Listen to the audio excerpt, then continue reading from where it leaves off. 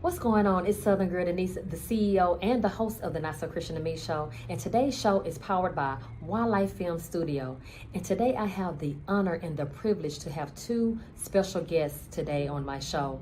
Their daughter, Jazmine Barnes, was fatally killed on December 30th, 2018. She was gunned down at a grocery store. And they're here to tell their story about the life of Miss Jazmine. I say Miss because she's still a Mrs. in my eyes. Mrs. Jazmine Barnes. Without further ado, please help me welcome Miss Heather and Chris Cevilla to the show. Welcome to the Not So Christian Me show, and I'm live at Whylie Film Studio, and we have a special guest. Now, when I have to leave my home and go somewhere else, it's very special because this interview is so important to me. I've had to make sure I put it in my schedule no matter what, because these guests today, our guests today, they're here to talk about the passing of Jazmine Barnes. This is one of the biggest cover-ups in Harris County. Now, those who are from Houston, you know Harris County can cover up some stuff, but this is one of the biggest ones that I have heard of in a while. It's been a while. But Jazmine Barnes, she was killed on December 30th, 2028, and I have her father here along with Miss Heather, and they're gonna tell us a little bit about what's going on with the case, what happened at the beginning to where we at right now. So whoever wants to go first to tell us about, tell us about Jazmine. Who Jazmine is for those who don't know. Well, Jazmine, she was a princess. She was more like a little princess. She enjoyed mostly like making people smile. If you're down, she wanted to pick you up. She liked to teach and play school, and she was just bossy.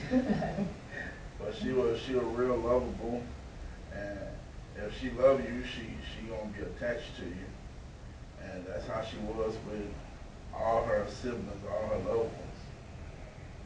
And she just kept a smile on her face. She was. How old was she? 7. Only 7 years old. Yes, ma'am. Wow, that's her life. 7 years old. So walk us on that journey when she passed away. Well, when she passed away, we was coming from church, and we had got a text message into our inbox, and was saying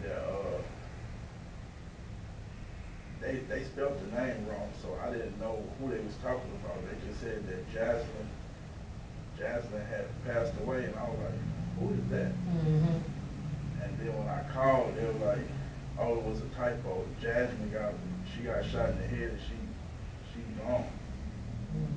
Wow. And we had just came from church, so it was on a Sunday, and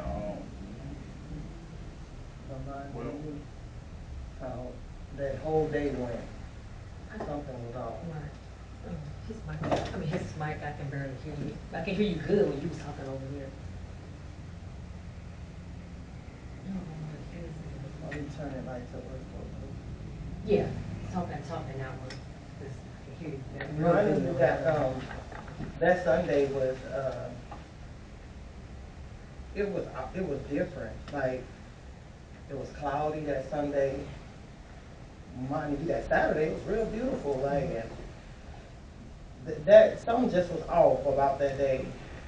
From the beginning of the day. Yes, and we just felt heavy. He kept asking me on the way to church, what's wrong? And I was like, I don't know. I said, I just feel sad. Like, I don't know. I just feel like I want to cry. I don't know. And he's like, you feel that too? Me too. And I was like, I'm just going to give it to God when we get to church. So when we got there, we had visited my cousin's church, Edgar Usher, and he had noticed it too. He was like, let's just pray for them. He said, they look like something is weighing on them while we were sitting in service, because we just so happened to sit in the front at that time. And when he said that, we just broke down and cried. We didn't know why. It was like a cry that I can't explain it. Like, It was something that you. it was like from the depths. Like, it was just, and then I just was crying, and I was like, God, whatever it is, just help me, you know. And then he started crying, and we just, you know, was trying to give it to God. We didn't know what it was, because at that time, we didn't know. Nobody called the phone. We didn't get no text messages, nothing, no missed calls, nothing that day. And maybe God had it like that for a reason, you know, because he knew we needed to be where we needed to be, versus if we would have been in church and somebody would have came across our screen, a lot of started yelling and screaming in church, you know. So after church, He's preparing you. right, and we didn't know, you know. And then after church, we get to the house, and all of a sudden, all the notifications just started going off as if the phone was cut back on. But it was on, but it's as if, you know, the notifications was put back on. Right. Then that's when we see the missed calls. Then the alerts from Messenger. And then the Messenger was the main one, kept going off. So I'm like, maybe, and he was still doing what he was doing. I said, huh? So I grabbed the wall, because I read what I was reading. I'm like, wait. But it felt like I knew exactly who they were talking about, but I just wasn't sure because the way it was spelled. And so he looked, I said, who you think this is your niece texting this? And I said, and we, you know, that was one that we don't really just talk to, so for her to reach out, so he was like, let me see. So he called, and that's what she said, and then when she said her name, it was just like I just dropped, and I started screaming, and he started screaming, and then the kids ran in there, and it was just like everybody was screaming and crying, and I didn't know how to tell our baby girl Journey, because she was really close to Journey, so I didn't know how to tell her, you know, not knowing she already understood. And then I just kept saying and holding my stomach, like, because I felt like I want to throw up. Like, I was like, is it Jazmine? And she was like, what's wrong with her? So she started shaking and hollering and crying, and I said, she gone. They said she gone. And then we get another message, y'all didn't see the news? I was like, what are y'all talking about? We didn't know nothing. And that's when everything just started happening. Everything started hitting the phone at one time, and it was Like a roller coaster after that. It was like Unreal. This can't be, like, Unreal, y'all. yeah. And like to see, like, I was trying to get myself back together, because it was almost like something left out of him. You could see the blankness in him, and the hurt, and it was like, I'm trying to hold me together, and it was just a lot. Like, how did this happen? And then when he started looking, we were supposed to be getting out the door, but it's like our body froze. Like, I kept saying, come on, let's go.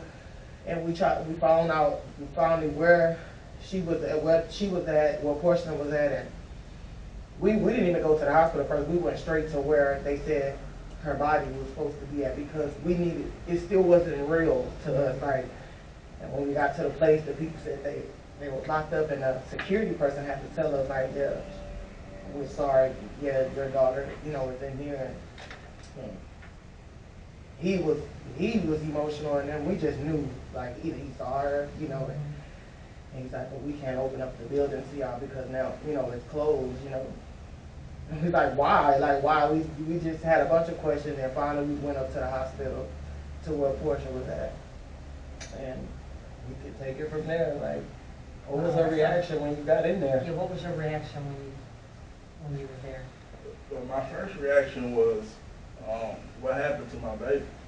And she was like, I don't know what happened. I didn't stop nowhere. I didn't do anything. I was just driving. I didn't cut nobody off or anything. I don't know what happened. Why would this man just come and just start shooting into the car? A car full of females. And I was like, that don't even make sense to me. So I'm trying to figure out. She said it had to be some type of racist, a race crime. And I was like, so you ain't stopped nowhere, you ain't do nothing. You just going at 5 o'clock in the morning to go get some coffee from the grocery store. And it never made sense to me. You didn't give her no slack. And then next thing you know, she said she bust out crying. It's my fault. It's my fault. I said, what's your fault? She said, I don't know how to tell you, but it's my fault. It's my fault. And I was like, just tell me this. Who did this to my baby? She said, I don't know. I can't say nothing. I don't know. With the white man, And she just kept saying that the white man had shot Jazmine in the head, was just shooting. And we know it didn't make sense because it didn't hit the other two that was in the car. And then, like, in the midst of her saying all that, our daughters came to the hospital room, and they were like, Dad, I need to talk to you, And I was like, hold on. And I was like, I kept saying, you don't see me doing this? And then she was like, Dad, it's important, it's about Jazmine. And when she said it's about Jazmine, He exited out. I exited out. Gotcha. And then I said, what's up? And she was like, Unique just said that her mama was taking them to go get some stuff from the store, and they was at the corner store getting some candy and some soda and some chips and stuff.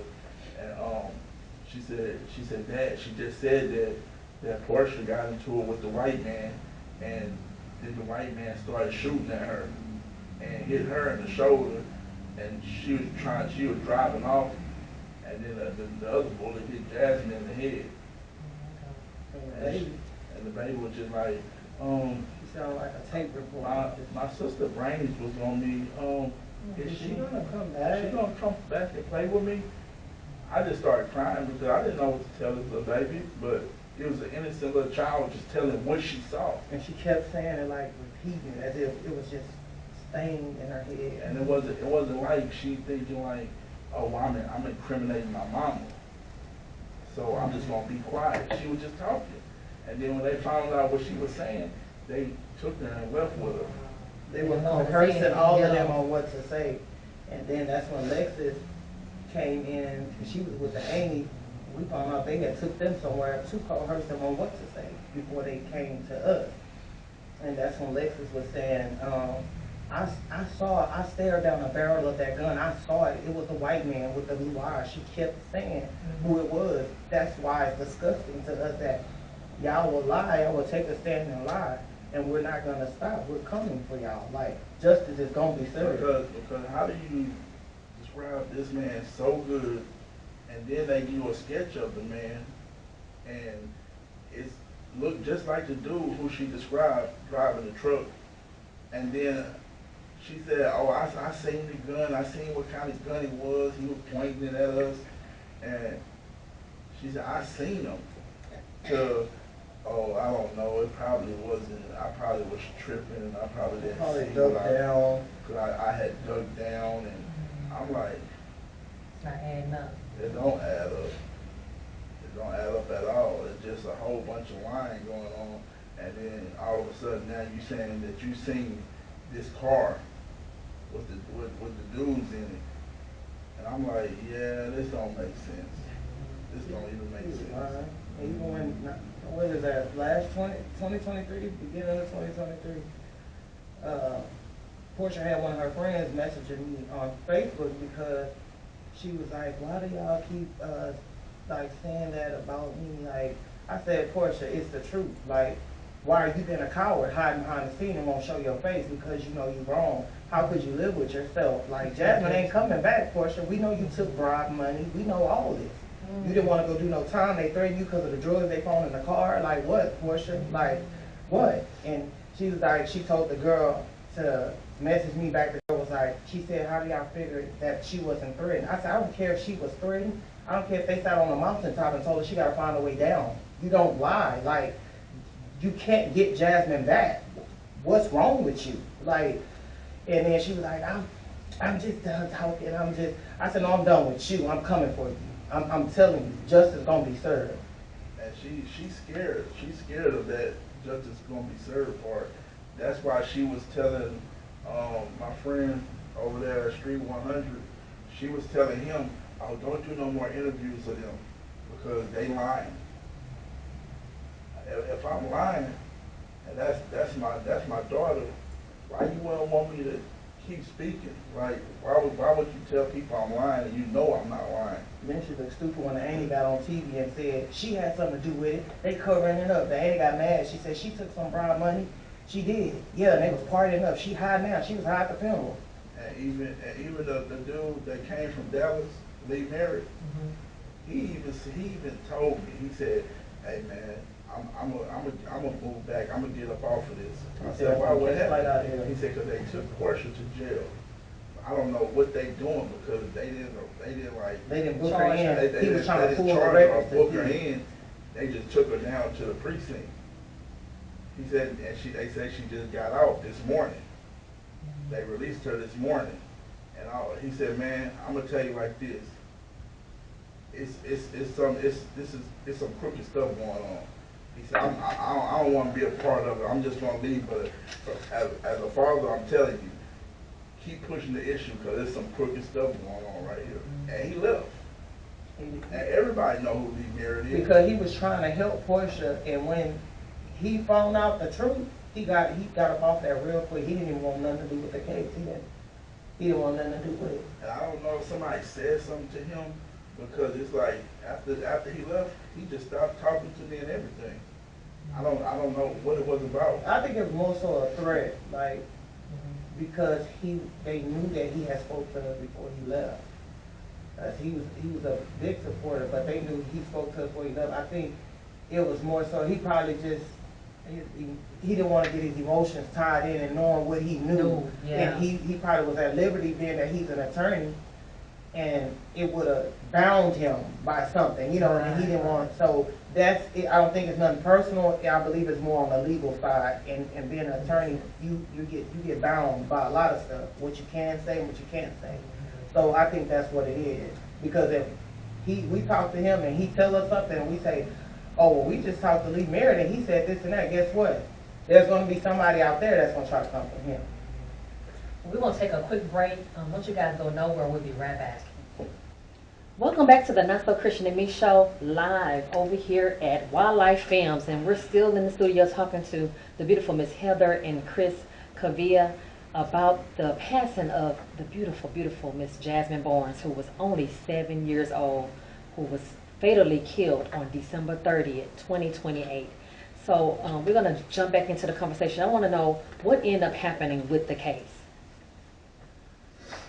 Well, they came back and said that it wasn't the white guy, and that they had found the killers, and it was 2 young black males.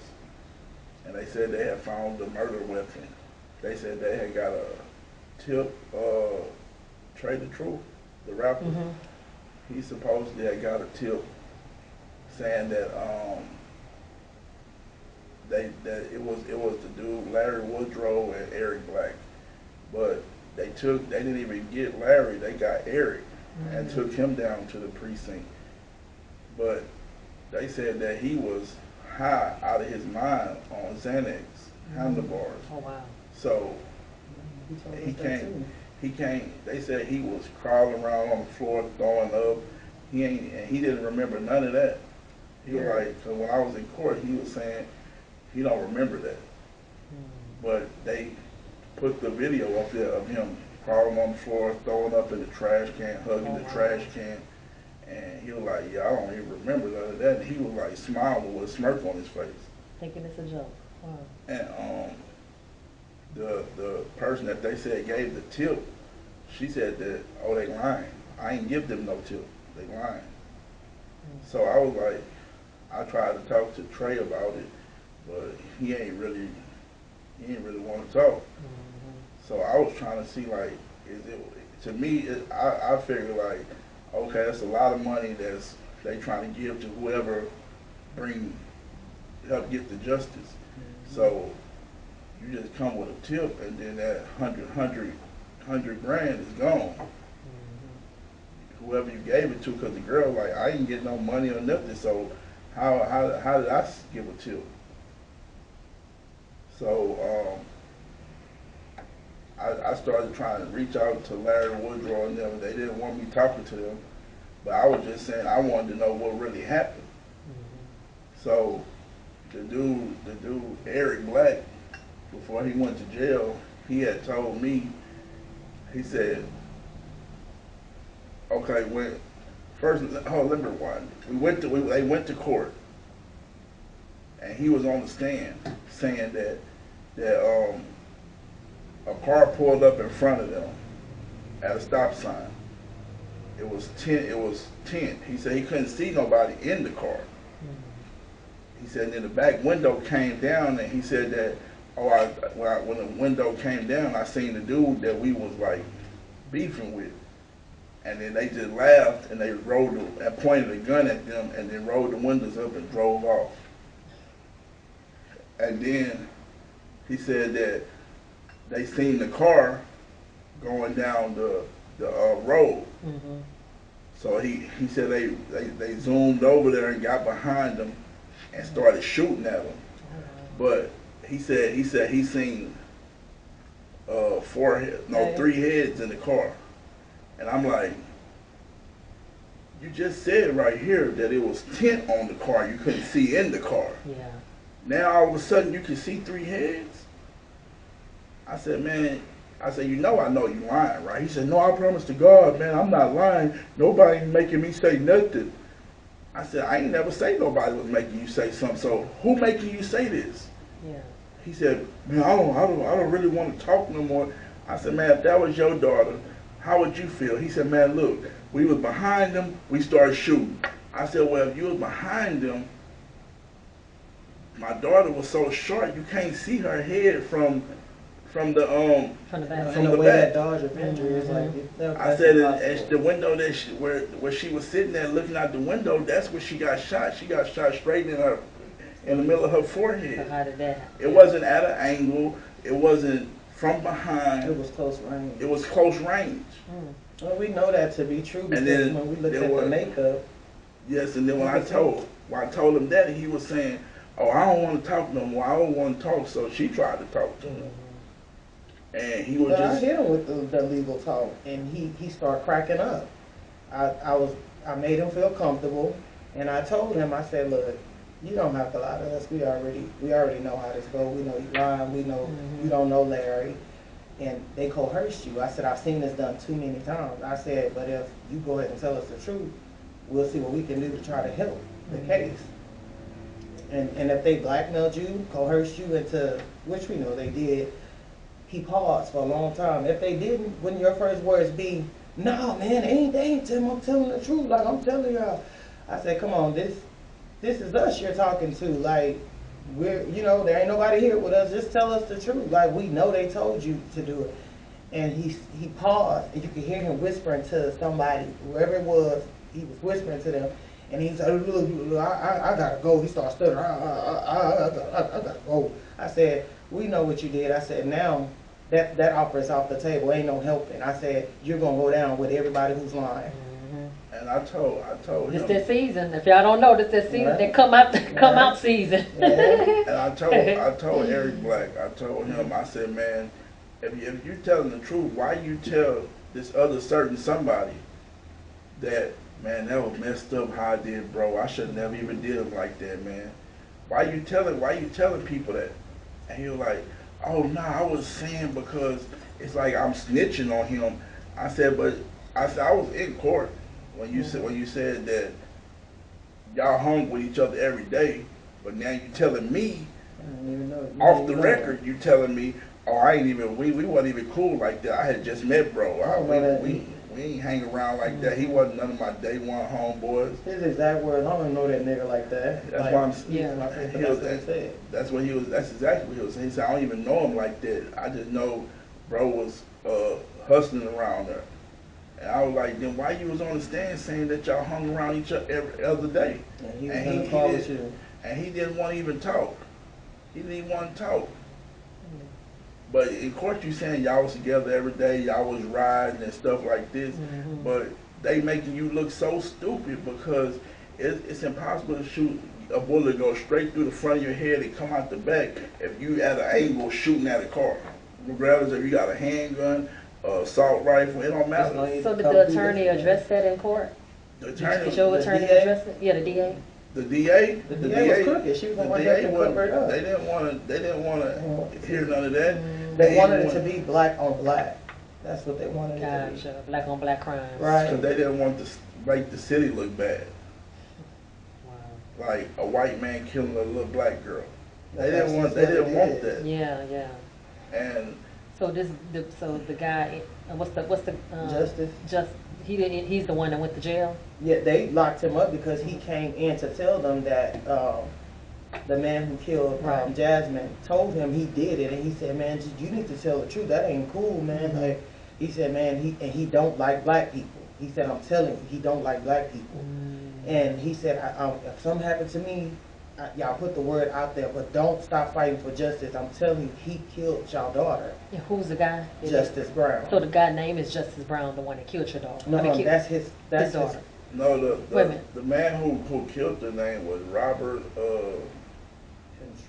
Cantrell. Okay, and then he's still out. He's alive. Still out. Yeah, they try to make it look like the man who hung himself in Beaumont is No, the not man. Beaumont. It was in Jefferson. in Conroe, Mhm. Montgomery County Jail. Okay. They saying like we had went on the news and we was calling it and putting it out there that he the one who did it, and then like the next day or two they said, oh well, he was found dead in his cell. He hung himself. That wasn't even a guy. But that wasn't even the guy that No. killed Jazmine. So the one that killed Jazmine is just a free man walking around. Yes, he walking around. He said that he's on drugs. Justice said that he seen him before he moved out of town. He said he had to leave because they keep messing with him and his family, and he want to live for his family. Right. That's They really threatened them, telling him to shut Right. up. If he say something, they were gonna make something happen to him or hide him. Mm-hmm. Which I don't blame him for leaving town, but he's still willing to talk. Like, So who was the black guys that was charged? Are they still in jail? Larry life, and that man shouldn't be in jail for something he didn't do. He never saw Jazmine. Wasn't nowhere around there when that happened. But he was affiliated with Jazmine. That's how they ended up pinning it on him. He never was affiliated at all. Mm. Never was affiliated at all. I believe it was something in the past from Portia, Got it. and all they did was go look and dig. Like, okay, well, this is how we gonna do it. We gonna pin this and that on you, and then we want you to say it was them.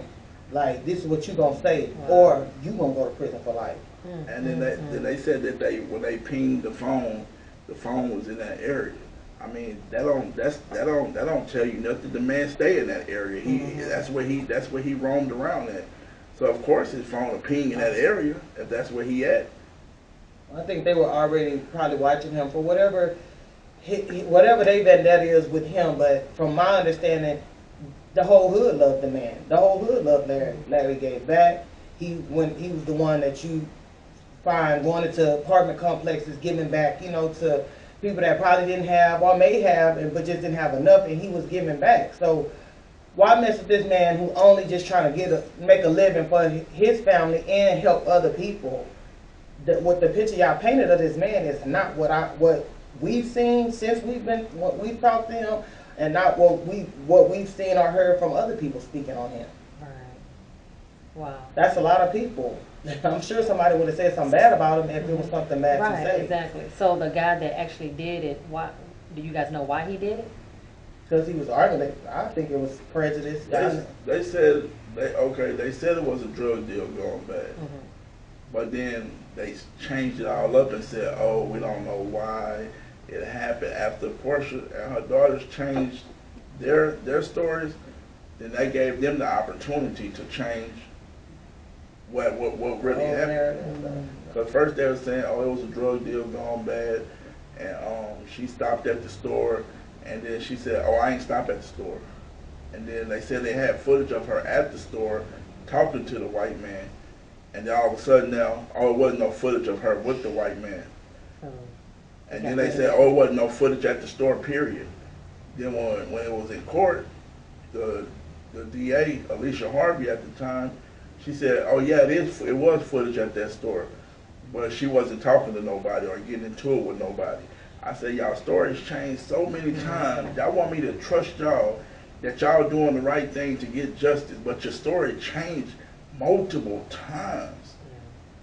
I don't care about, God forgive me, but I don't care about none of y'all. I just want to know what happened to Jazmine. Right. What really happened. Yeah. Because even if it's a racial thing, why are y'all trying to cover it up? If it's a racial thing, that's what happened. This is stuff that happens every day all over the world. Why are y'all trying to cover this up? Because it was a 7-year-old and 7-year-old tourists and all that stuff, but still at the end of the day, life, it's a circle. It comes back around. Karma comes back around. What if that, God forbid, but what if that happened to your child and then y'all are in our seat? I said that can always, in a blink of an eye, faith can change that. Like y'all can be in our shoes, and then somebody that you thought was a friend that's in the DA office is supposed to help you get justice, and they do you the same way you did us. God's gonna bring back to your memory. No, remember you did Christopher and Heather and them like that when they was trying to get justice for Jazmine. Remember you locked Larry up, and that man's innocent. He got a family. Like that shouldn't be. I seen this baby crying. His baby, right? Larry's daughter crying, apologizing to her dad for what the city did to him. Like, why is this baby feeling like she owed him an apology and saying, I'm sorry this happened to you, daddy. I wish I could help you. Like, why is this baby saying these type of words to her dad? Like, that shouldn't be. Right. And all she wants is her dad back. All his kids. Like, he has a family. The mom, she's taken sick now because she started trying to, she just feel like nobody's not trying to help. I mean, she knows her son is innocent. She just don't understand. She's confused, and we do our best to try to keep her encouraged, but it's only so much we can do. We need the help. It's time for it to come to the forefront. It's no more sitting quiet. So what's the next step? Pushing it. We're still trying to put it out there and get real justice, because there's too many stories being told. Even her daughter sat on the stand and even changed her whole story all the way around, saying, oh, I don't really know if that was him or if he was black or white, because he had on a hoodie. So I don't really know what color he was, but he possibly could have been black, and I thought he was white because it was dark. And then I'm like, how all that changed up, and you told me that you seen the man. Like, that girl was shaking, and she told the news. They still got the clips up. She told the news too. I saw it was a white man. I stared down the barrel of that gun. And then that's exactly her exact words. And then on top of that, if you look at the clip from the courtroom, the girl is on the news station lying, and her mama Portia is standing right on the side of her like this. She was not. She was high. Why the camera is rolling? They aired it too. Rolling. They aired it too. And I'm like, look, she you can see she on drugs. This is what this was, a drug deal gone bad. Because if you looked at her social media stuff, any pictures she had of Jazmine, she took them all off. There's no pictures of Jazmine on social media. She had 2 pages. She got it's no almost like pictures of Jazmine. Her daughter, and this is her daughter. This came out of her. And it's almost like it's almost as if she never even existed. And then she won't. I even said that to her too. I said, what type of person are you? You're not even human. Like, why would you not post her, but yet you posting all the other kids like Jazmine didn't exist? I push harder for Jazmine than you do. Like, I said, what's wrong with you, Portia? I said, oh my bad. I know it's the drugs. It's the drugs. Then when her friend said, oh, how you know that somebody ain't threatening her? I don't care if that was me. She said that to tell her friend to tell us that. If I was in her shoes, I don't care about you're gonna have to kill me for me to shut up, or for me. If it takes losing my life to get justice for my daughter, then so be it. Right. So be it. Because I don't know what type of love she had for Jazmine. I don't know. But me, you're going to have to beat me, shut me up, kill me, do whatever you need to do, because I'm not going to stop talking. I'm going to keep talking. And even Sheriff Ed Gonzalez, they all know. They all know the truth. They all know. Like, they kept him from testifying. Because, like, even the man that was doing the investigation, Sheriff Eric Gonzalez told me that he said that it wasn't no footage at that store of Portia ever being there. This is from the sheriff's office. Only to go to court, and then you got footage of her being there. So what did y'all play with the footage to not to tweak it to where he's not on the camera? What did y'all do? I know it's possible. I know it's possible. So you're not dealing with no dumb people. We've had Walmart workers and all of them, remember, because they said they came over there, they seen them or something, they came over there or something, they said they saw them. You had Walmart worker witnesses, like, there was too many witnesses, like, and everybody's like, yeah, it's another crime, unsolved crime. It's gonna be solved. This ain't gonna be one of them. Right. Maybe it looked like that. Well, this is y'all season. I'm telling you right now, this is y'all season for justice. We got 9 kids, and Combined. So it's no way that I will let anybody, under any circumstance, do something to bring them harm, and nothing ain't gonna be done about it. No. I'm any one of my child. I don't care where I gotta go. I'm gonna go there, and I'm gonna come back, and I'm gonna keep talking. I'm gonna keep trying to get justice for our daughter, because God got the last say so. So I know everything gonna come out. And if Portia gotta go to jail, that's your choice. That's a choice that you make. Everybody who lied, I'm gonna make sure of it, and I'm gonna be there waving you all. Let's pray for them. Come on, let's pray for them. Come on, let's pray for them and show them love.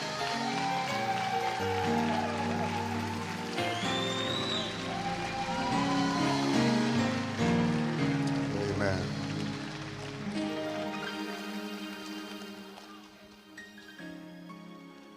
Well, first and foremost, I want to give God all the glory, honor, and praise.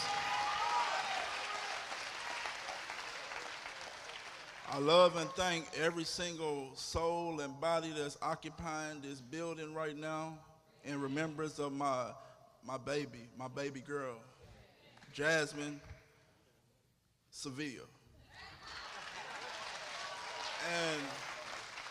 And as you all know, I am a man of God.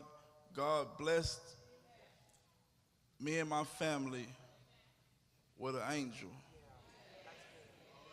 He seen fit to take her back to heaven to be with him. But her job here was done. She brought so much peace and unity around the world to many, many families, healed and bonded so many broken relationships around the world, not just in Houston, around the world. Her job here was done, and it was done perfectly. And she wasn't only my daughter and my baby and my angel, she's all of our daughters. Everybody.